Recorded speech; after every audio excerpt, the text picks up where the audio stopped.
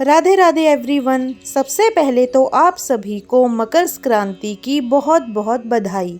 इस साल की मकर संक्रांति आ रही है 14 जनवरी 2025 की। मकर संक्रांति के दिन स्नान, व्रत, पूजा पाठ और दान की बहुत ही ज्यादा महत्ता है। मान्यता के अनुसार अगर इस दिन गंगा स्नान किया जाए तो बहुत श्रेष्ठ फल प्राप्त होता है। तो जो व्यक्ति घर पे हैं वो अपने घर पे ही रहकर ब्रह्म मुहूर्त में उठकर अपने नहाने के जल में गंगा जल मिला के नहाएं और अपने पूरे घर में भी गंगा जल से छिड़काव अवश्य करें। ऐसा माना जाता है कि यदि इस दिन गंगा स्नान किया जाए तो मृत्यु के बाद मोक्ष की प्राप्ति होती है। जिस दिन सूर्य देव उत्तरायण में प्रवेश करते हैं अर्थात मकर राशि में प्रवेश करते हैं, उसी दिन मकर संक्रांति मनाई जाती है। मकर जो है वो शनि की राशि है। ऐसे में सूर्य का अपने अति शत्रु की राशि में प्रवेश करने का मतलब होता है कि उस समय सूर्य और शनि दोनों ही असहज स्थिति में होते हैं। ऐसे में इन दोनों ग्रहों का दुष्प्रभाव पृथ्वी पर कम पड़े, इसलिए कुछ विशेष काम और विशेष दान किए जाते हैं, जिनको करने से आपके जीवन में क्या बदलाव आता है और क्या फल प्राप्त होता है, ये सब हम इस वीडियो में डिस्कस करेंगे। शास्त्रों और पुराणों में भी इस दान पुण्य का बहुत अच्छे से विवरण दिया गया है। मकर संक्रांति के दिन खास करके सूर्य देव की पूजा होती है और कुछ जगहों पे शनिदेव, धर्मराज और गंगा मैया की भी पूजा होती है। तो सबसे पहले तो आप घर में ही ब्रह्म मुहूर्त में उठकर अपने नहाने के जल में गंगा जल मिलाकर ओम सूर्याय नमः इस मंत्र का जाप करते हुए स्नान करें। उसके बाद स्वच्छ वस्त्र पहन के सूर्य देव को जल अर्पित करें और सूर्य देव के मंत्रों का जाप करें। इस दिन अपने पूर्वजों का तर्पण अवश्य करना चाहिए। पितृ ऋण से मुक्त होने के लिए उनके नाम से दान और पूजा पाठ करें। तो आइए अब जानते हैं कि वो कौन से विशेष दान हैं जो मकर संक्रांति के दिन हमें करने ही चाहिए। दान किस तरह से करने हैं और कितनी मात्रा में करने हैं, यह सब भी जानेंगे। सबसे पहले तो जितने भी वस्तुओं के दान करने हैं उनकी संख्या 14 होनी चाहिए। अर्थात आपने हर एक वस्तु जिसका दान करना है उनको 14 की मात्रा में लेके आए। आखिर 14 ही वस्तुएं क्यों? ऐसा इसलिए होता है क्योंकि गरुड़ पुराण में ऐसा दिया गया है कि 7 ग्रह होते हैं और 2 पक्ष, कृष्ण पक्ष और शुक्ल पक्ष, इसलिए ग्रहों की संख्या को 2 गुना कर देते हैं।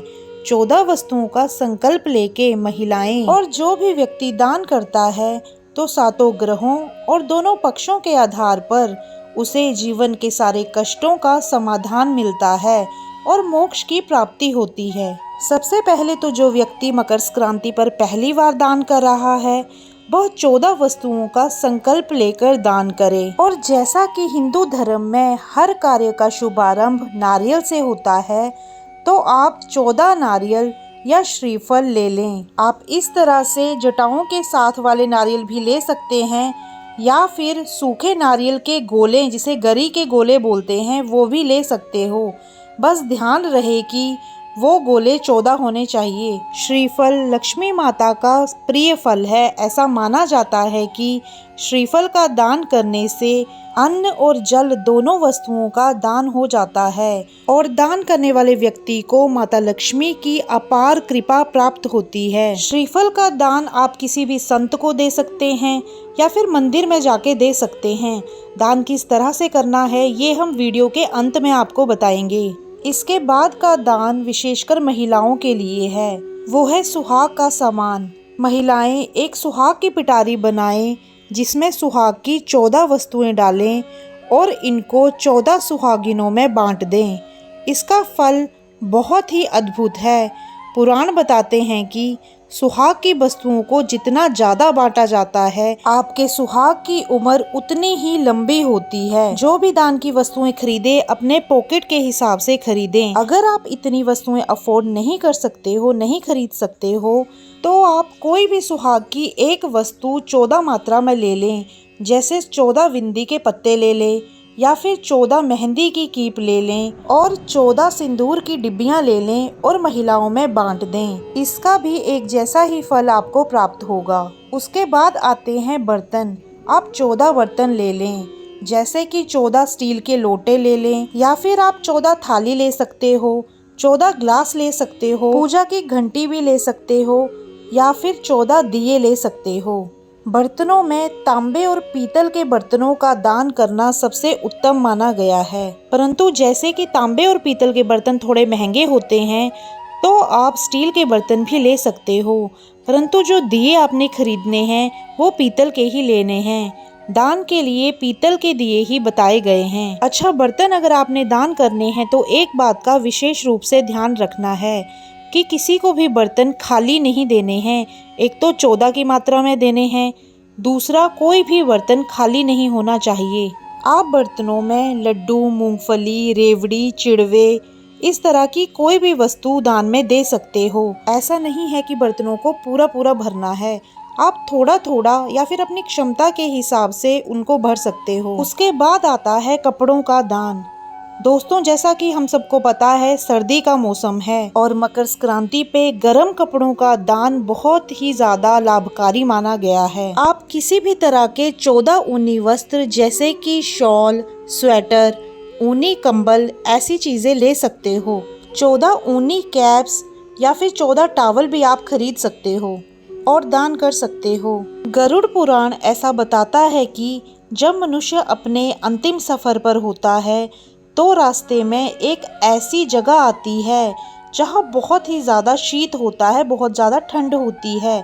अगर आपने कभी अपनी ज़िंदगी में ऊनी वस्त्र दान किए होते हैं तो आपको वहाँ पर वो मिलते हैं और उससे आपका आगे का रास्ता बहुत ही आसानी से कट जाता है। यदि आप चाहें तो 14 लड्डू गोपाल के ऊनी वस्त्र भी खरीद के उनको दान कर सकते हो। आजकल ज्यादातर लोगों ने तो अपने घरों में लड्डू गोपाल रखे ही होते हैं, इसलिए आप लड्डू गोपाल के ऊनी वस्त्र भी 14 की मात्रा में लोगों को दान कर सकते हो। उसके बाद दोस्तों आता है जूते और चप्पल का दान, जो कि बहुत ही ज़्यादा लाभकारी बताया गया है। गरुड़ पुराण में इसके बारे में भी बताया गया है कि अंतिम समय में कुछ रास्ते बहुत ही ज़्यादा पथरीले होते हैं, तो यह जूते चप्पलों का दान आपको उस रास्ते से निकलने में बहुत ज़्यादा मदद करता है। उसके बाद दोस्तों मकर संक्रांति के दिन काली छतरी का दान भी विशेष रूप से बहुत लाभकारी बताया गया है। पुराण बताते हैं कि हमारा जो अंतिम सफर होता है वह कुल मिला के 17 दिन का होता है, तो अगर हमने कभी अपनी जिंदगी में काली छतरी का दान किया हो तो यह छतरी उस सफर में सहायक होती है। आप 14 पानी की बोतल्स लोगों को दान कर सकते हो। पानी से भरे हुए बर्तन दान करने का भी विशेष लाभ बताया गया है। और फिर दोस्तों आता है टॉर्च का दान। आप 14 टॉर्च खरीदकर 14 लोगों में दान कर सकते हो। टॉर्च दान करने की भी पुराणों में बहुत ही अद्भुत महिमा बताई गई है। टॉर्च हमारे अंतिम सफर के अंधेरे रास्ते में प्रकाश का काम करती है, इसलिए दोस्तों टॉर्च का दान तो आप अवश्य करें। उसके बाद आता है अनाज का दान।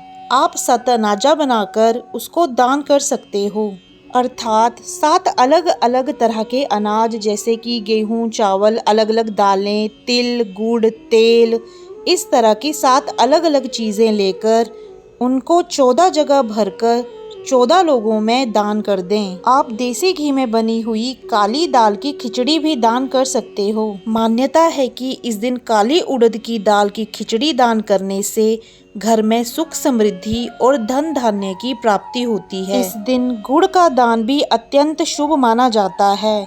मकर संक्रांति के दिन गुड़ दान करने से जन्म कुंडली में सूर्य की स्थिति मजबूत होती है और आत्मविश्वास के साथ साथ भाग्य में भी वृद्धि होती है। इस दिन काले तिल का दान भी अत्यंत शुभकारी माना गया है। मान्यता है कि यदि जल में काले तिल मिलाकर सूर्यदेव को अर्घ्य दिया जाए तो शनिदेव भी प्रसन्न होते हैं। आप काले तिल के लड्डू बना के भी दान कर सकते हैं। आइए अब जानते हैं कि दान किस तरह से करना है। सबसे पहले तो जो श्रीफल है वो आप मंदिर में या संत जनों को या फिर ब्राह्मणों को दे सकते हो। इसके अलावा जितनी भी चीजें हैं जैसे कि ऊनी कपड़े, छतरी, टॉर्च, चप्पल, ये सब आप जरूरतमंद लोगों को दें या फिर गरीब लोगों को दें। देखिए, गरीबों और जरूरतमंद लोगों को आप इस दिन दान अवश्य कीजिए। अब आपने जो भी वस्तुएं दान करनी है वह 14 की संख्या में लेकर उसको अपने घर के पूजा घर में रख दें। उसके बाद उन वस्तुओं पर गंगा जल से छिड़काव करें। उनके ऊपर कुछ पुष्प और चावल रखें। उसके बाद सभी वस्तुओं पर तिलक लगाएं। उसके बाद अंत में सीधे हाथ में जल लेकर इन सभी वस्तुओं के ऊपर से क्लॉकवाइज डायरेक्शन में इसको फिराएं और ज़मीन पे जल को छोड़ दें। दोस्तों, देसी भाषा में इसे मनसना बोलते हैं। तो आपने सभी चीज़ों को जिनको दान करना है उनको पहले मनसना है, अर्थात इस तरह की पूजा विधि के बाद आपने वस्तुओं का दान करना है। दोस्तों, बात दान की हो रही है। दान हमेशा सच्चे मन से, बिना अहंकार, बिना क्रोध से और दोनों हाथों से करना चाहिए। और दान अगर ज़रूरतमंद लोगों और गरीबों को दिया जाए और बिना किसी को बताए दिया जाए तो उसका तो अलग ही लाभ और फल प्राप्त होता है। वीडियो अगर अच्छी लगी हो तो ज़्यादा से ज़्यादा शेयर करें और वीडियो को लाइक और चैनल को सब्सक्राइब करना ना भूलें। और अंत में प्रेम से मेरे साथ बोलिए, जय जय श्री राधे।